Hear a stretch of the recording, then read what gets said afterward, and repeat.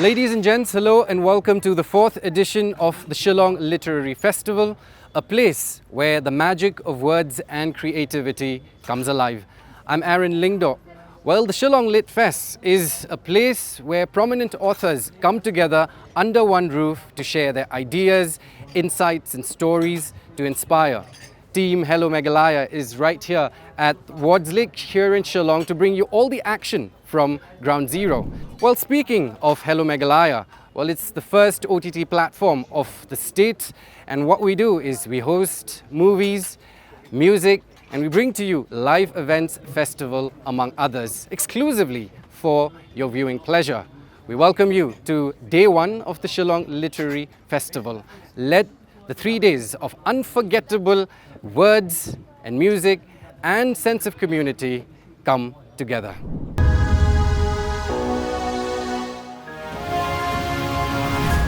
Mr. Pinto, first of all, welcome to the fourth edition of the Shillong Literary Festival.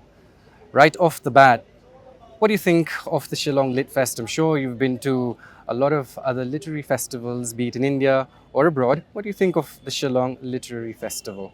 I've always thought the Shillong Literary Festival is a charming mixture of the local and the national and even the international. I love the fact that it's always held around the lake, so that adds a certain quality of liquid and fluid to it. I really enjoy the fact that you have so many local products and handicrafts and food. Most literary festivals you get some standardized North Indian rubbish to eat. And here you can have Khasi food or Garo food or, a lot of pork, and as a goan I'm very happy.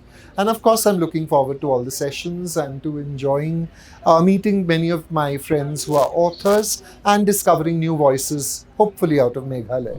Let's talk a little bit about your novel, The Education of Yuri, and it has received acclaim. And our very own Janice Barrett reviewed it, and I want to read it. She said, "At the end, I was bereft, not because the novel closes tragically, but that it ends at all." Now, for the viewers who've not had the chance to read the book, what can they expect?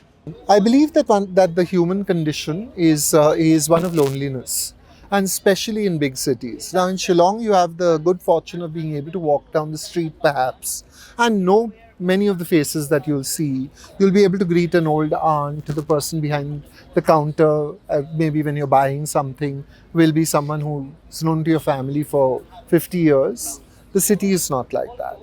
And one of the things that I think cities do is that they both destroy identity and remake identity.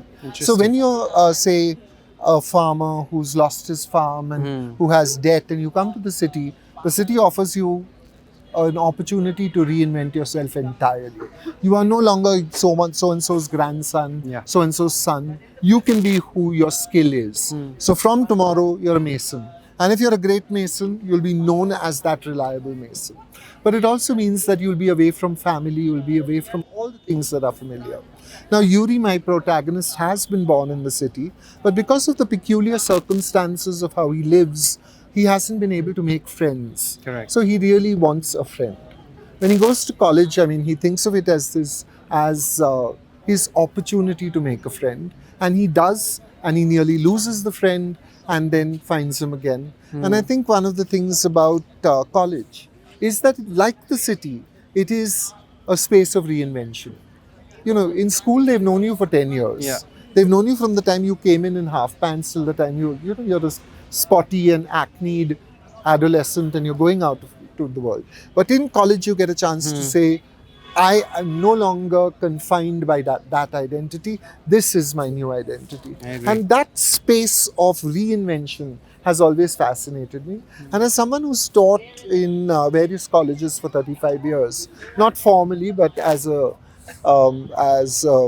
visiting faculty at the Social Communications Media Department of the Sophia Polytechnic in the Sophia College in Bombay. I've watched this reinvention happen over the course of the year, and it's always fascinating. So I think part of it is reinvention, part of it is discovering who we are in terms of who will be our friends. Correct. Because we see ourselves reflected in our friends. I think that's what the novel is about. As an author, do you reckon, for the benefit of all our viewers watching this right now, should we read the book first or watch the movie first? What do you suggest? This is the thing. I think there have been many magnificent books that have made terrible movies. Okay, and there are many very ordinary books that have been made into great movies. Right. One of which is, I think, Akira Kurosawa's High and Low was based on a Ed McBain novel. Right. Great art out of a novel that was written as popular culture. Likewise, vice versa, I think Love in the Time of Cholera was made into a film. Marquez's beautiful novel, I think, was savaged Correct. in that film. So, most of the time, we stumble onto texts, right? So often you might not have heard of the book Murder and Mahim, but on your OTT platform, your OTT platform knows you like murders. Right. So it sees Murder and Mahim and presents it to you. The algorithm presents it to you. Now you watch it and you say, oh, it's based on a book. Maybe I should read the book and check. Okay? And you go backwards and read the book. Maybe you don't read the book. Right. So much of this is not about decisions that we make. It's about decisions that have been made for us. An algorithm has decided. A publisher has decided. The bookshop has decided. Some bookshops may not stock my book. Then how are you going to get So it's a pattern. So it's a pattern, a larger pattern. I would say that always read the book first. All right. And see the movie later. But that's just because I'm a writer and I want you to read a lot. Fair more. enough, Yeah. fair enough. Mr. Pinto, it's a question that you've heard many a times. Should you quit your job and take up writing full time? For the benefit of probably amateur writers contemplating an answer for it. Let me hear it from you. Fundamentally, I think everybody's got to make the decision based on all the factors that they have to consider in their life. Do you have an aged parent? Do you have someone, a younger sibling who's in college? Do you live in your own house or do you have to pay rent? Are you living in another city?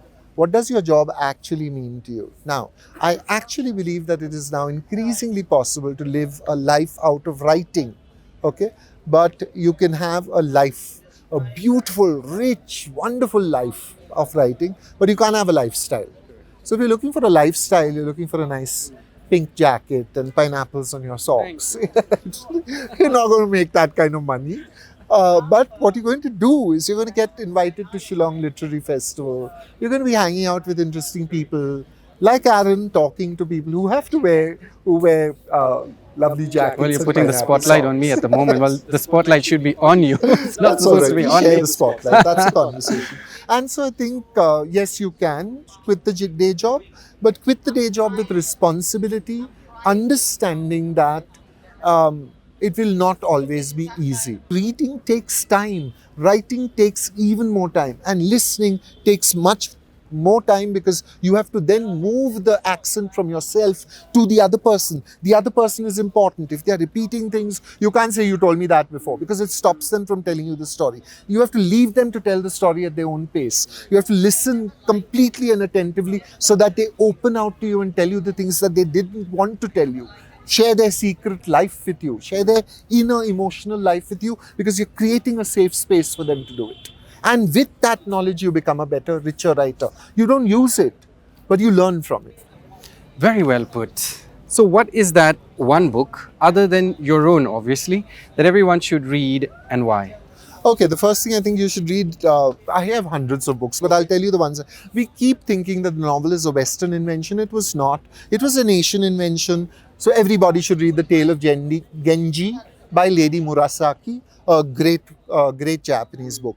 I think everyone should read Geeta Ramaswamy's Land, Guns, Caste, Women, because it's a magnificent book about India, about the kind of India that we don't hear about and we think we know about, but we actually don't know until we are confronted by our own ignorance. I think everyone should read The Discovery of India by Jawaharlal Nehru because it's essential to understanding of our history and essential to the understanding of the kind of nation Nehru wanted to invent. Whether you agree with that version or not, you need to be reading that. And therefore, you also need to be reading My Experiments with Truth by Mahatma Gandhi, because that's another guy who was like shaping the country at that point. And because there were 3 lawyers, right?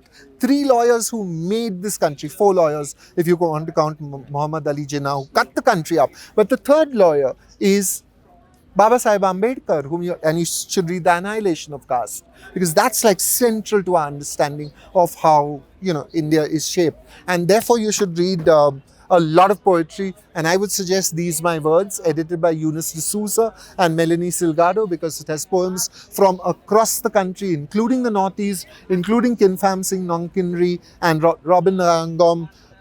Poems from about 800 years ago, poems from the present, poems from young people, poems from noted writers, lots of poetry. And reading poetry enriches, deepens, and makes your soul full. On that note, Mr. Pinto, thank you so much for your time. It's been an absolute joy and an honor to have you with us. Thank you so Thank you much. so much.